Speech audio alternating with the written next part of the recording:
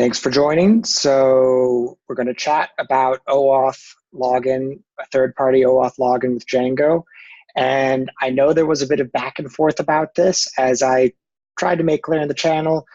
To some extent, I take responsibility here. You know that I'm, working through this material for the first time with you all. But to the other part, it actually does kind of reflect the reality of the ecosystem right now. Django 2 is kind of new. Django 1 was around for a long time. It's a lot like the Python 2.3 thing, and in fact, it's related. Django 1 is Python 2. Django 2 is Python 3. So there's lots of little gotchas, and to a degree, I will try to insulate you all from that, but to a degree, it's actually good for you to bump into it, because I guarantee you, if you got a job as a Django developer somewhere, you'd run into these things too. So preamble out of the way, I have working, I tested it before I started the Zoom, login with GitHub. It's not flashy, but it works, and I want to show it and talk through it and make sure you all can follow along and reproduce it. Now, one thing that I want to say is that in general, these third-party logins involve having some sort of secret, a secret key of some sort that basically authorizes the whole application, right? And because of that, I will check in the code that I'm using, but the way the oauth package, so let me even drop the link. I know that we were like, oh, a bunch of different things, what are we going to use? What we're actually using is that Django oauth, which I think it's the most recently linked thing, so I'm not going to link it again. But the point is what Django oauth does, and what a lot of these things do, is the secrets will actually be in the database. So you'll make an entry in your database for GitHub, and you'll check in the secret key. And because of that, I'm not going to be pushing the SQLite database that I make from this. I'm just telling you, you're going to have to make your own key, and you should add it to the database yourself. And I'll show you doing that, or I'll show you how to do that. You can do it with the admin interface. And I'll get to the settings thing. Yeah, I had to add that. It's because I'll get to the site ID question that Travis just asked. But just to emphasize here, follow along, but do not commit the SQLite file, because after doing this, the SQLite file will have your secret key in it, okay? And do not commit it, do not push it. That is pushing, even though it's a database file, it's still pushing a secret, your secret. It's essentially compromising your GitHub account, so don't do that. Disclaimer out of the way, we will address later this week how to properly secure a database, how to have an actual production database instead of just the SQLite thing. That'll be part of the Heroku push, but one thing at a time. Travis's question was, what is site ID? So let me even just, I think the easiest way to do it, I wrote all this code out already. So what I'm going to do instead, can you see my screen, and is it adequately zoomed? Yeah, GitHub. So this branch is current. This branch has everything it needs except the secret in the database that I told you about. So, because I'm not going to push that. So first off, Django oauth, after shopping around, this is the one we're using. It's not the end all be all. You can always even roll your own. You can, basically it would just involve actually having a callback route. Remember those? Maybe. Were callback routes discussed when you did auth with JavaScript, with Express? Yes, okay. Then you can imagine making your own with Django views and stuff. I'm not going to do that. I at least kind of feel like authorization is something I should get for free as a developer, because dagnabbit, I have to build enough other stuff. Plus, authorization is the sort of thing that if you mess it up, it's really bad. So I kind of like using third-party packages sometimes that have hopefully been tested.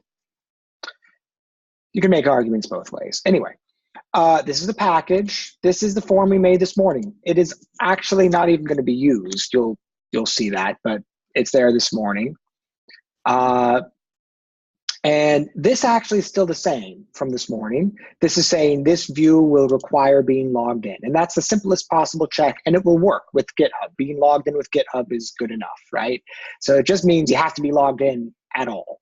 login with GitHub accounts. Now this, I actually reorganized this a little bit. It's a good practice as your installed apps grows to keep it organized. You should keep stuff kind of alphabetical. I don't know why this wasn't alphabetical. This was pre-populated and it bothers me that it's not alphabetical. I might fix it, but in any case, you put I at least like putting the built-in Django stuff first, and then the third-party packages, and then our own apps. And by the way, I never even really said this, but what installed apps, it's kind of self-explanatory. It's your installed applications, but the mental model I have for it, this is like the import statement for your whole project, right? This is what you are importing into your entire project. If you thought of your project as a single program, this is the import statement. And indeed, I'm pretty sure what Django does is loops over these and imports all of them. So that's what it does. All right. Now, Travis's question is, what's site ID? Well, let me even step through what we did here. So this is the documentation for oauth. Pip install Django oauth. What you should actually be doing is you should actually be doing pip install -r requirements.txt, and that will get you oauth. And as I explained earlier, if your virtual environment is messed up, let's say you installed that earlier social package that apparently breaks Django 2, you can just remove the entire environment folder, make a new one, and pip install again. That's kind of the quick brute solution, but it works. If you have issues with that, after I break with this, I've been chatting with TAs, and TAs can have like one-on-one Zoom time with anybody who's still running into virtual environment issues or Git issues. And I'll also try to be available to help. But there's a lot of you, so I'm going to dispatch the TAs and get you all help if you're stuck. If you are still stuck, or not just stuck, but if you run into virtual environment issues or Git issues, ask for help immediately, get help one-on-one from a TA. We don't want you to be stuck on that. We want you to be stuck on Django nonsense. No, we don't want you to be stuck at all, but this is supposed to be the hard part. So anyway, what are we doing? All right, we install, again, that's actually install the requirements into your virtual environment. Then what is this? Well, I actually didn't even mess with this. Maybe I should have. This would probably make it look prettier, but it actually kind of already works without it. This is if you want to specify prettier templates.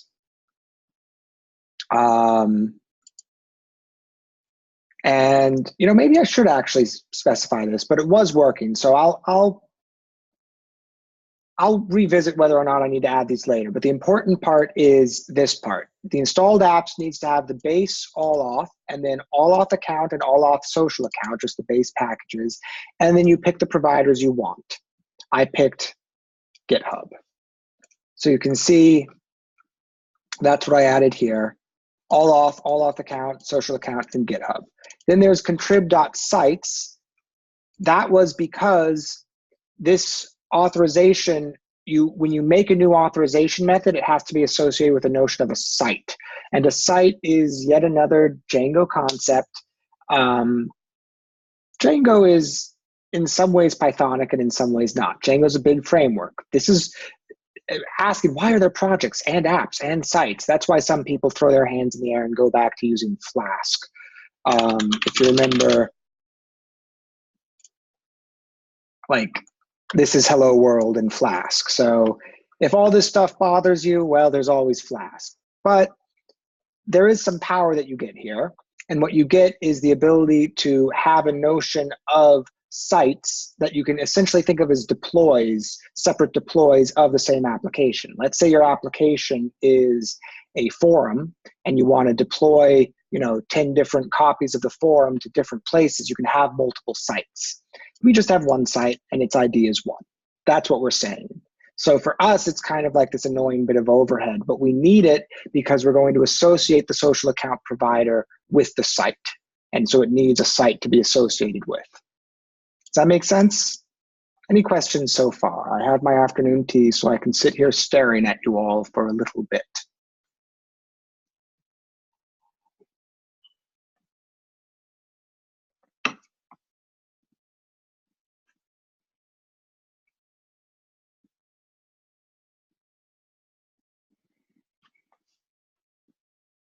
Well, please do ask questions. They really are very welcome. The other thing that I'll address here, the change in urls.py, and I tried to explain this in the Slack, but I will explain it live as well. This URL thing is basically kind of deprecated. And it's just here because even though this package is Django 2 compatible, old habits die hard. Whoever made this was very used to Django 1. URL still exists, but what I would suggest using these days and what I found is, so we've already been using path. Path, as you recall, takes a string for the path, takes a view for the path as well, like what view do you want for that path, and then there's some optional arguments like title that we haven't worried about. REPath takes exactly the same thing, except the string can be a regular expression. And the way you write a native regular expression in Python is like a string, but with a little r in front of it. And then you can put regular expression stuff in here. So what this is saying is match anything that starts with accounts. So the caret is starts with, and then the word accounts and a slash, and then there's nothing here, and that's okay. That won't stop it from matching. And you'll see why we care about this.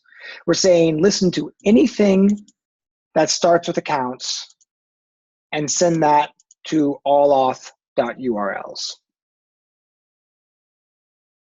Yeah, so the R means that this is a regular expression. This isn't just a string.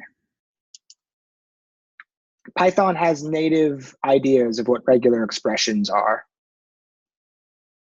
Like they're built into the language. Yep, good old regex. And you can imagine how regular expressions for paths is more powerful. That's what REPath is for. And from what I can tell, the right way to do this with Django 2, path and REPath. Now, you look at old Django code, you're going to see URL. So be it. All right. Now, what do we have to do? Well, we have to do some other steps. We have to migrate, and then we have to administrate. I'll migrate behind the scenes here. You don't need to see a migration.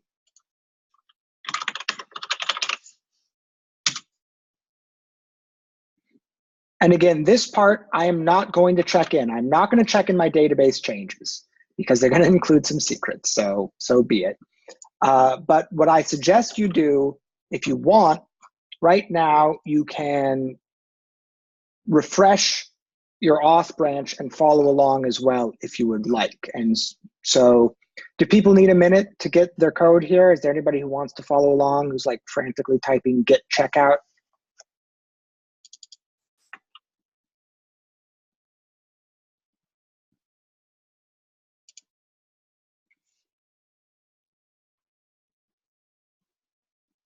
All right.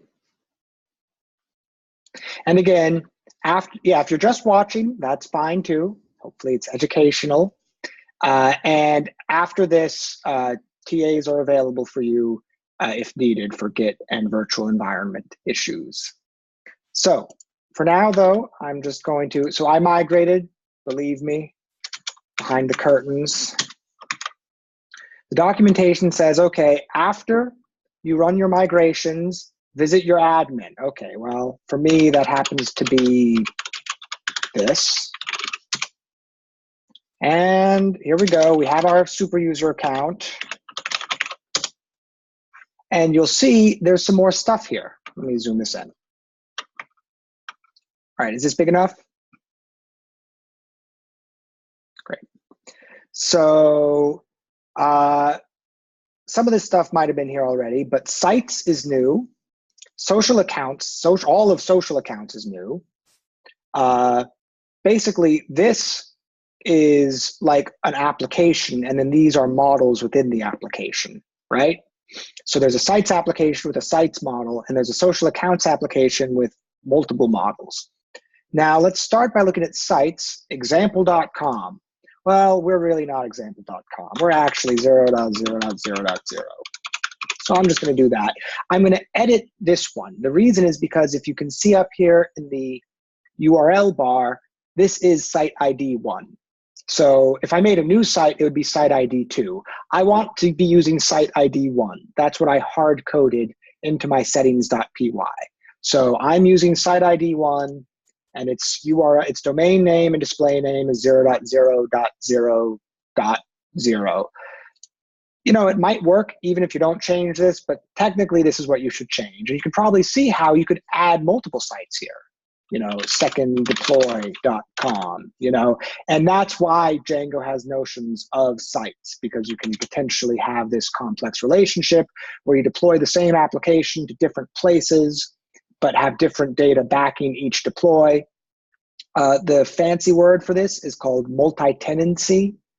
You know, you might have heard of a tenant. You might be a tenant, right? If you live somewhere and you pay rent, you're somebody's tenant. Well, the idea of tenancy can be applied in technology as well. And you can have applications being tenants to a host. And so supporting multiple sites lets us deploy, sort of have multi-tenancy in our Django administration. Lots of kind of unnecessarily fancy words for these concepts, but hopefully that makes sense. So what else do we have to do? All right, we did this. We edited the site to be our actual domain. Now we need to, for each OAuth-based provider, add a social app. Okay, social applications, 0, okay. Well, I'm gonna do GitHub. And you can see only GitHub's an option here because that was the only one that I imported. If I had, or installed really, if I had installed others, they would be available here. But I'm just going to do GitHub. Name, GitHub, and oh, okay, you want all sorts of stuff. All right, well, this is a little bit confusing. All right, well, this is the part where the best documentation link I could find was this. And it's highlighting the word callback because that's what I was trying to figure out when I found this page. So, you know, welcome to being a software engineer, digging through documentation. And if we search for GitHub on this page, they're like, okay, here's how you register a new GitHub app so you can get those keys and secrets. And then here's your development callback URL. Great, except I know I need to change this part of it for my app. This might be the same for your app, right? Unless you're using Docker, this is probably what it actually is for you. Let's go ahead and step through this, and I'll take a moment for people to catch up for anybody following along. Yes, pip install dash, I think the -r needs to be after the install. And make sure that you are, well, I mean, the -r needs to be in front of the requirements, is what I should say, because it's referring to the requirements file. And make sure you activated your virtual environment too. Any other questions? If there's anybody out there who wants to follow along but needs a few minutes, I will sip my tea and stare at you for a few minutes. And hopefully encourage questions. It's a good tea. Yes.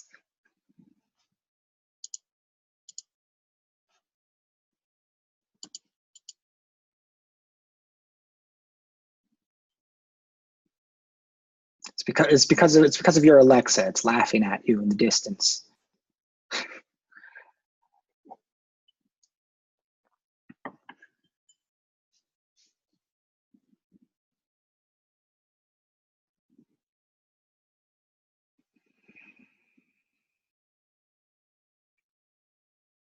All right, I'm going to march on. I mean, this video will also be uploaded so you can follow along later if you need, but please do interrupt with questions, or if you're following along and you hit some weird error message that I don't, say, hey. All right, onwards though. Let's go ahead and do this. So I'm gonna make this in front of you, which technically means you're gonna briefly see a secret. I'll be deleting this after this video, of course. These are passwords essentially that are being generated for an application. But I'm going to call this Django RPG. The homepage URL for me is 0.0.0.0/8. It's not slash, colon, because it's port 8001. For you, it'll probably be this. this. That's the normal default for Django. Okay, description is optional. I'm not going to describe it. Callback URL. Well, it's this thing. And I need to change this part of it. And let's look at this URL a little bit, not just blindly trust it. This kind of makes sense. Accounts, okay. That was the same path for logging in and logging out as before. That makes sense. That's Django's standard convention. But then we've got these social providers. So it looks like it's almost an app within an app. And I bet you it is if you actually looked at the source code. There's the accounts app, and then within it, there's a GitHub, maybe more of a module, but it has its own paths. It has, so normally we just have /login, /logout. We're going to have /GitHub/login, /GitHub/logout. And then the callback is specific for the login. And I'll refresh the concept in case you forget. But basically, a callback is the path that GitHub itself is going to call back to once you're logged in to give the token to authorize the third party. Yeah, so you'll have these paths too.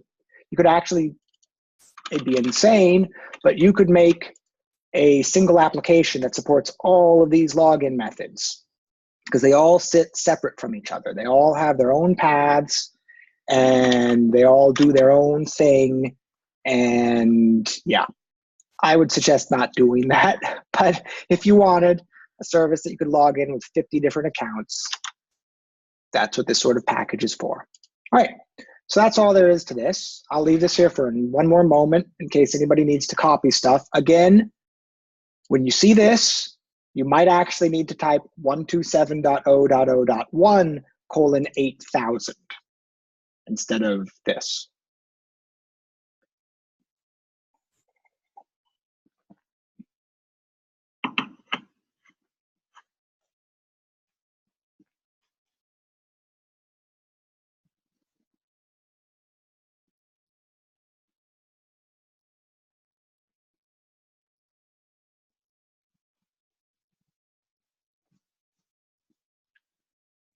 Yeah, so I'll explain. The reason is because inside Docker, it's using port 8000, but I'm using port forwarding from Docker to my true computer.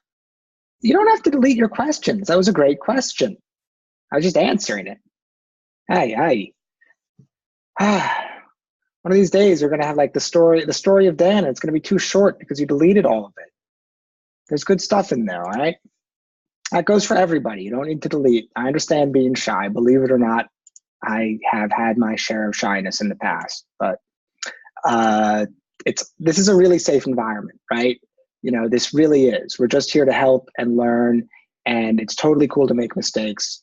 And it gets a little more stressful, I'll admit, when it's like your paid job. But even then, if it's a good job with good coworkers, yeah, exactly. Nobody's a bully.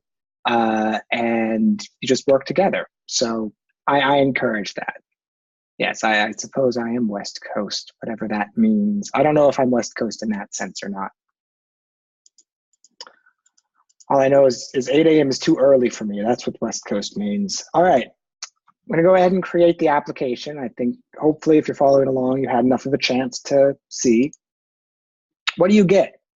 Well, an application. You can even publish your application in the marketplace. I'm not going to do that for fairly clear reasons, but you could. And then you see, oh, okay, this looks like this is what we actually want. And it is. So I'm going to copy and paste. Client ID, client ID. Easy enough. Client secret, client secret. I'm not going to fully explain what these are. This is not secret. This could be published. This really is secret. This is basically a private key used for cryptography stuff to actually encrypt the tokens that are being passed around to authorize people. You can see that because it's secret, you can reset it and change it. You can also revoke all user tokens, which basically means log out everybody who's logged into your app. So we'll even do that later if you want to see. And then this is like marketplace stuff, which I'm not worried about. All right, so that's all good. Is there anything else we need? No, we don't need this. Now this. sites. This is a little bit weird, but this is how the Django admin interface shows like a one-to-many sort of relationship. There's a one-to-many relationship between social providers and your sites. Basically, we're asking, hey, for the social provider GitHub, what of your deployed sites do you want to let users log in with GitHub? And we only have one available site. But if we had multiple deploys, they'd all show up down here, multiple sites. And for each of them, we can move them over into here. And this basically says, yes, there should be a connection. So in the SQL, we're making some sort of foreign key relationship between the GitHub social provider and this site, our main site. Conceptually, what we're doing is we're saying for the site 0.0.0.0, the GitHub social provider is authorized to be used for logging in, which is what we want. So I'm just going to save. Well, are there any questions? Was my explanation here clear enough? Because it is kind of weird. And again, it's especially weird because we only have one site. So you're probably rightfully asking yourself, why am I bothering? Again, it's because in principle and in practice, Django can be used for much bigger things. And this sort of control is helpful in those situations. All right, let's save. Success. Let's check where we are. We did 1. We did 2. I think we did 3. All right. I already even have the app running behind the curtains. So let's check it out. So you'll notice, again, I don't have any template. So we're going to navigate by way of 404 pages. But hey, they're helpful 404 pages because debug is true. So they tell us where we can go. Character creator is still there. Admin is still there. In fact, we were just in admin. In fact, let's log out of admin because right now we are logged in, not with GitHub, but as admin. And in general, even when you have social login to your Django account or to your Django site, you don't want to make your admin account a social login. Your admin account is a native Django account. If you have one native Django account, it is the admin account. But indeed, because we are logged in, if we go to character creator / characters, we get to see them, right? There's Thor the Mighty. If we log out, we spent some quality time, we're done, we refresh. Oh, well, this is interesting. So basically, we're not logged in anymore. So it redirected. Let me do that one more time, type it out. So we're going to character creator / characters, and it redirects. And this looks really ugly. Maybe this would look less ugly if I didn't skip those template steps at the beginning. What can I say? I'm a back-end sort of person. I'll revisit the template steps later.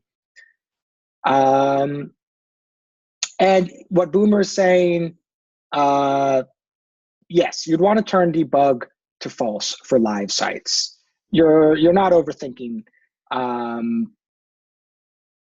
Basically, now if you want to get fancy, what you might actually do, what a lot of companies do is they whitelist their internal IP address range. So they figure out, okay, everybody at the office has an IP address starting with, 192, well, not 192, 155.34.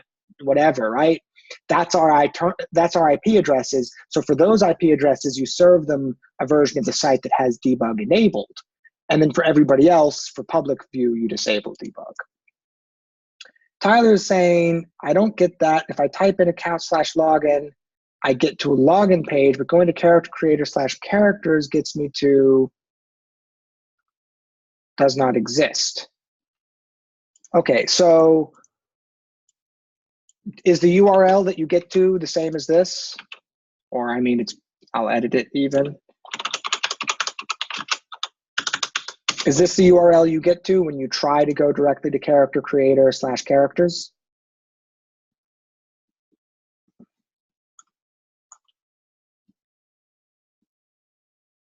Site matching.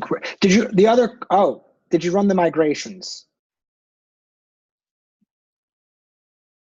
Yep, or local host. So Okay, you might need to use the word localhost if you went into the Django admin like I did, and where I was typing, oh, my site, it's 0.0. Maybe you need to type localhost there if you didn't. And you also definitely need to run whatever migrations might be outstanding. Try both those things, and if you still run into this, let me know. But it sounds like going to account/login without the question mark next works. So that's strange, but keep me posted. I'm going to keep demoing here, and we'll try to get you fixed up. So what do you get? You get this login page, and we could, in fact, log in as our administrative user, or we could sign in with GitHub. Well, let's click that. Hey, now I'm already logged into GitHub in this browser. So if I wasn't, it would actually show me GitHub's login screen. You've all logged in with third parties before, so you know how that works, I assume. It's not a developer specific thing. If you've ever used any site that's logged in with stuff. And it tells you the permissions. And actually, part of the reason I'm using GitHub for login is of all the sort of popular social services, GitHub, I kind of like its permission setup. It follows about as good practices as you can, as compared to Facebook and other providers that often the permissions is like, oh, and we get to know everything, and everything will be known by everyone. Everything is all right. Yeah. I don't want to go down that philosophical hole too much, but the point is, I like GitHub's approach. That's my preference. And in particular, GitHub just authorizes people to see what they can see already. Anybody in the world can go to my GitHub page and can see my public GitHub information. And that's what they get to see for logging in with GitHub. It's true not everyone has a GitHub account. If you're making it's a very good point, Jason. If you're making a developer tool, it's a fine choice. If you're making like a general purpose tool, yeah, okay, log in with Facebook. That is the equilibrium internet service for a variety of reasons. Or Google, most people, yeah, Google, Facebook, even Twitter. I'm not going to talk. These are the sorts of decisions you might have to face in capstones, right? For our purposes, they're all fairly interchangeable. And I just happen to like using GitHub because it's worked pretty well for me in the past. All right, let's go ahead and authorize. We're authorized, and the redirect even worked, and there we are, witnessing Thor. And here I am logged in with my GitHub account. And let's do a few checks here. So first off, if we go back to this, hey, one user, me, I logged in, and we know that I logged in. If I revoke this, I'm going to be logged out. Now, this isn't the normal way to log out. This is more like the administrator going to the backend and saying, let's log everybody out, turn it off, right? But that's what this would do. And then since I'm also the user, if we go to the right part of my, yeah, you can see, or no, hold on. Yeah, so this is the administrative view of the app. And then, no, let's see here. I'm logged into the app somewhere. I'm sure there's some part that says that I'm logged into the app. But the point is, I'm logged in, and to further reinforce that, if we go back to accounts/GitHub, what are all the options? So we get the 404 page, but again, the debug 404 page. There's sign up, log in, log out. We'll do that one in a second. There's a bunch of them. Now, some of these might not all work. But the point is that overall, we are logged in. And if we go now to log out,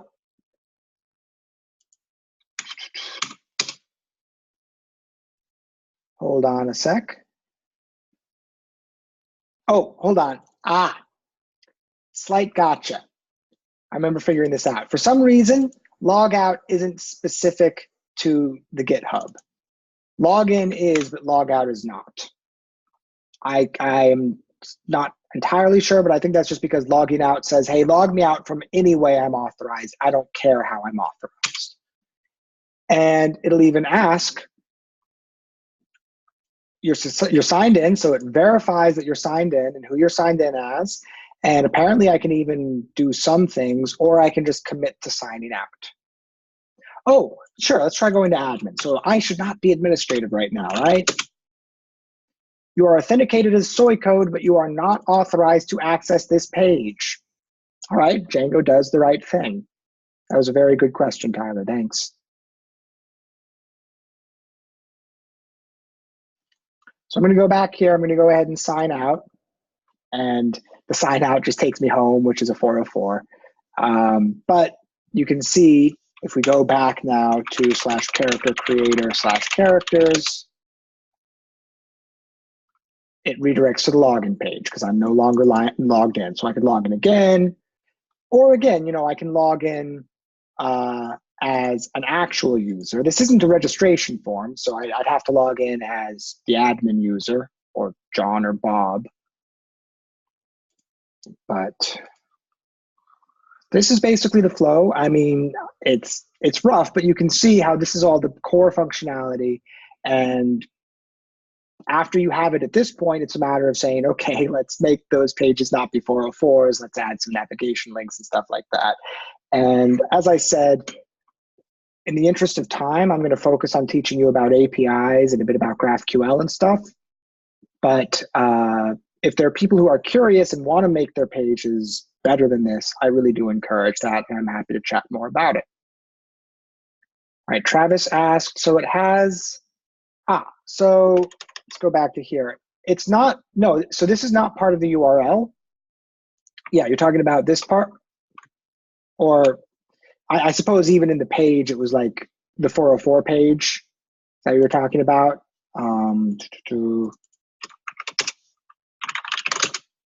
Yeah, so this is just reflecting what's in the source code.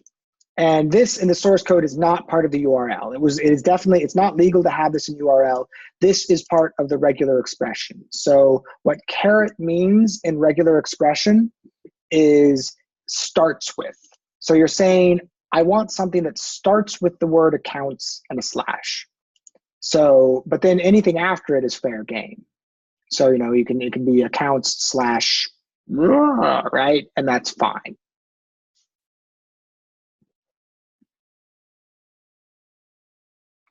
All right, Tyler's saying, once I logged in and once I hit log out, nothing works. So were you logged in with GitHub, Tyler?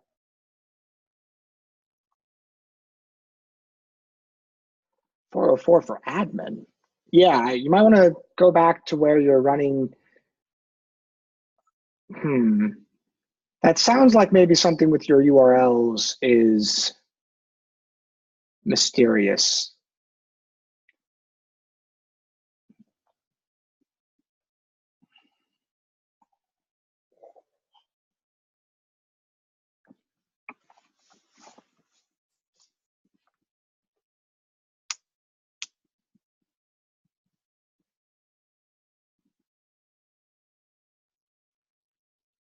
Has anybody else either reproduced this or hit issues reproducing this? Both are fine.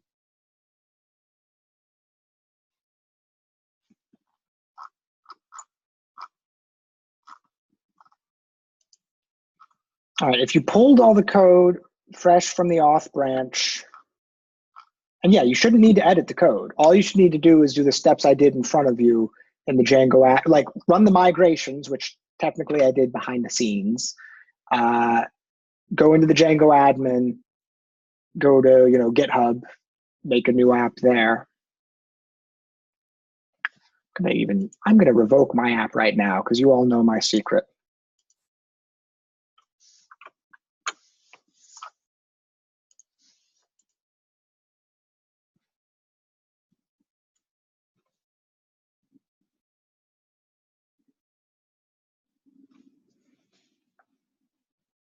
Yeah, okay.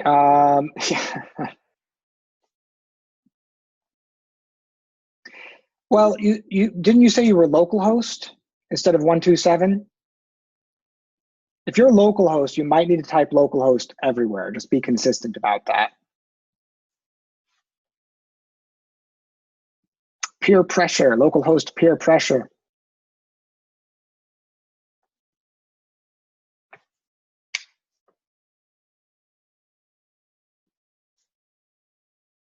Yeah, 0.0.0.0 is so Docker can broadcast to my local machine. I could probably fix that and tighten it up, and I should. But if you're using localhost 8000, try just using localhost 8000 across the board. That should work. I mean, let me also just look at the settings. Yeah, settings supports localhost here as well. Oh, if you put HTTP, so what you're talking about, am I still running the app? I think what you're talking about is, almost forgot our silly password. The sites, yeah.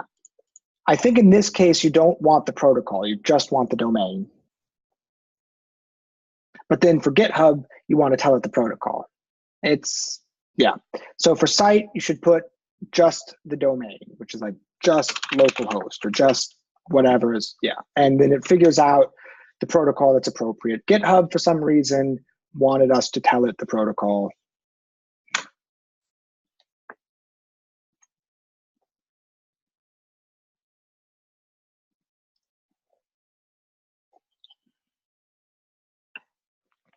Yeah. Anything else? Anybody else running into issues trying to reproduce this? Any questions in general about anything from today?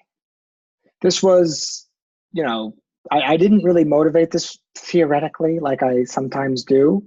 My intent is to go back to recording pre-course videos for the API stuff, but for auth, I couldn't really think of anything to say.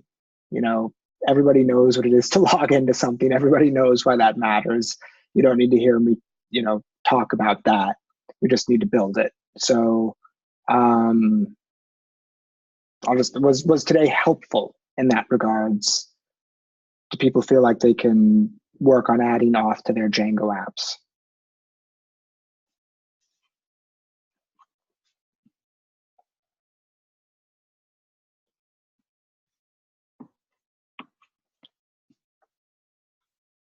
Yeah, I need more time to do so. But that said, this is, you know, as with most of the solutions I'm trying to give you, this is a minimum viable login, and it is totally great to take it and run with it. You know, use the providers that you want to use, actually make templates and views for all these 404 pages, that sort of thing. I highly encourage that. Take it as far as you wish. But yeah, are there any other questions? I don't have any other particular material for you at this point, so I'm happy to just cut you loose. And what you should be doing is basically trying to reproduce what was right here. And then once you get that, take it as far as you want. So what do you mean by session code? I mean, so all the code that I'm writing is pushed in the auth branch. And you can look at it here. I can drop this link again. You can also just, you know, check out this branch.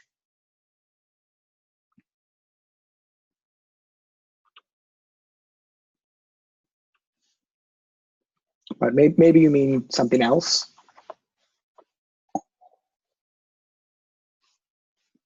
The link I dropped earlier today. Okay. I can try to scroll up and find it. Oh, gotcha. So what you're talking about, thank you for reminding me. So one thing that we didn't do at all this afternoon that I've also mentioned is making this more specific. So it's all well and good so we can log in, and now we can even log. No, it's fine. It's absolutely fine. It's all well and good to log in, and great to be able to log in with GitHub or Facebook or whatever. But we might want to make things a little more specific. That said, I mean, do people want to talk here? I'm going to do a poll.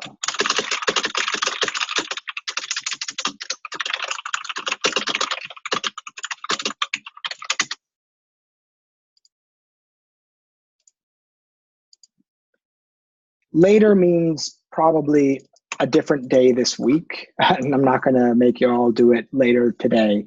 The motivation you can all understand, I'm sure, is you don't just want binary, you can see everything or you can't. We want it to be fine-grained. For the RPG, it's like you can see your characters, you can't see everybody else's. And the permissions required decorator is a little bit more sophisticated, and you can scroll, you can add permissions to models like little booleans, and you can associate them. Mix-ins, by the way, very briefly, I've just been doing the simple def-based views, but if you make larger views, the views can actually be classes. And if they're classes, they can inherit from things. And mix-ins is the Django way to talk about inheriting from multiple other things. It gets arbitrary complicated, rabbit holes abound. Do not go in this rabbit hole right now. And to be honest, I'm not going to teach class-based views particularly. They exist. They're in the wild. If you look at example Django apps, you'll see them. But I'm trying to give you the pieces so you can hopefully figure them out yourself if and when you need to. What we definitely want to do is at least lock down the permissions a little more. But I want you all to have some time to make sure you have a robust working login system first. And then later this week, probably around the same time that we productionize our app, which means we're going to switch the database finally and deploy with Heroku. Around that time, we will also try to limit the views, not to just be like you can see it or you can't, but like you can see your stuff. And the other thing I was mentioning is the other way that I like doing that, I think the other link I shared around the same time, let me find it.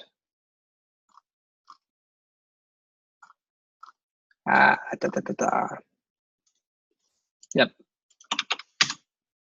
Is you can extend the user model. So the users are, the users are built into Django, but they're a class, and you can always make your own class based on them. Now, one way to do that, and perhaps the easiest way to do it, is make your own model that has a one-to-one field to users.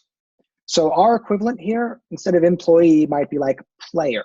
So we'd have class player, and player would be a model, and they would have a one-to-one field to users. I'll type out what I'm saying so you can see it. Essentially, class player models.model, and user equals model. In fact, it would be this exactly. And then characters equals models dot one to many field characters, something like that. And you know what? We might actually want to set that true as well. So I haven't mentioned what onDelete is, but onDelete is a parameter for relationships that says when one of these entities is deleted, like when a player is deleted, what should happen to things the player is connected to? And what we're saying is when a player is deleted, you should also delete their user, and you should also delete their characters, right? That's what we're saying. Yeah, basically clean up things. Because otherwise, if you didn't have this, you'd delete a player, but their characters would still be floating around in the system. Anyway, honestly, this model would probably work as it is. You might end up wanting to refine it a little bit. Maybe you have a player name, player credit card, I don't know. But the point is, we make our own, and this could also, remember last week, object-oriented programming, I'll drop one of the vocabulary words. This is composition. We are composing multiple types of things together into one composite sort of thing. The idea of a player. Well, a player is really a user and a bucket of characters. That's what a player is. So if you want to play with adding this stuff, go for it. I'm going to focus on basics up until at least Thursday and then revisit this. But this is a sneak preview. I'll even paste this code snippet for this or inclined. Stretch goal, et cetera, all the usual caveats apply. To take us back to what we want to do, though, it sounds like you're all cool waiting for more about permissions. So again, this is kind of permissions related, not really, but you can see then how you can have, once a user's logged in, you can get their characters and have the view just display their characters, right? Not all the characters in the system. For example. So I think this is about it. Please keep chatting, keep letting me know if you run into things. If you need specific help, especially with Git or virtual env, let me know. I will get you Zoom one-on-one with a TA, and I might get involved too, but just so we can scale that. And yeah, your goal for today is to keep working on getting basic login flow working. Your stretch goal would be to make it nicer if you want. And hopefully you kind of have the pieces to do that. You know how to, if this is a 404, that means you just need to make the URLs .py return a view for this instead. And then you need to make the view and you need to make the template. And if you do those three pieces, the URLs, the view, and the template, then you can fix all the 404s that way if you'd like.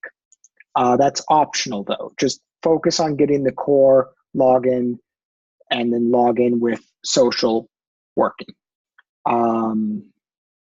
And I will probably be, in fact, I still have to record it, but I'm going to record about a 15-minute or so video about APIs. And I will post it later tonight, but you will have the morning time from 8 to 9 to watch and review and prepare for that as well then. And tomorrow we will be talking about APIs. So this is the main auth day. We will revisit this stuff when needed. But this is auth day. Tomorrow is REST API day. Wednesday is GraphQL API day. Thursday is deploy day. I know it's a packed schedule, but that's our schedule. Any questions? Are you all ready to fly and write code?